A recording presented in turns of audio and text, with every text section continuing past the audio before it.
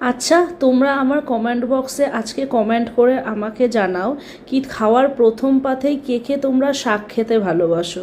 আমি কিন্তু মোটামুটি প্রায় সব রকম শাক খেতেই ভালোবাসি, শুধু আমি না, আমার পরিবারের সকলেই শাক খেতে খুব ভালোবাসে। আর শাক খাওয়ার চলটা কিন্তু আমাদের বাড়িতে ভীষণ রকমের আছে, বাপের বাড়ি প্লাস শ্বশুর বাড়ি দু জায়গাতেই।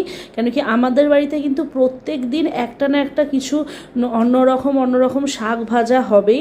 আর আজকে আমি তোমাদের সাথে শেয়ার করছি এটা কী শাক বলো তো। হ্যাঁ, তোমরা সবাই জানো কলমি শাক। তো কলমি শাকটা কিন্তু আমি খুব ভালো করে কেটে নিচ্ছি। আর কলমি শাক আজকে আমি বানাবো আলু আর পেঁয়াজ দিয়ে। তো আলুটাও আমি একদম লম্বা লম্বা করে প্রথমে কেটে নিয়ে তারপর ছোট্ট ছোট্ট ডুমডুম করে কেটে জলের মধ্যে রেখে দিচ্ছি।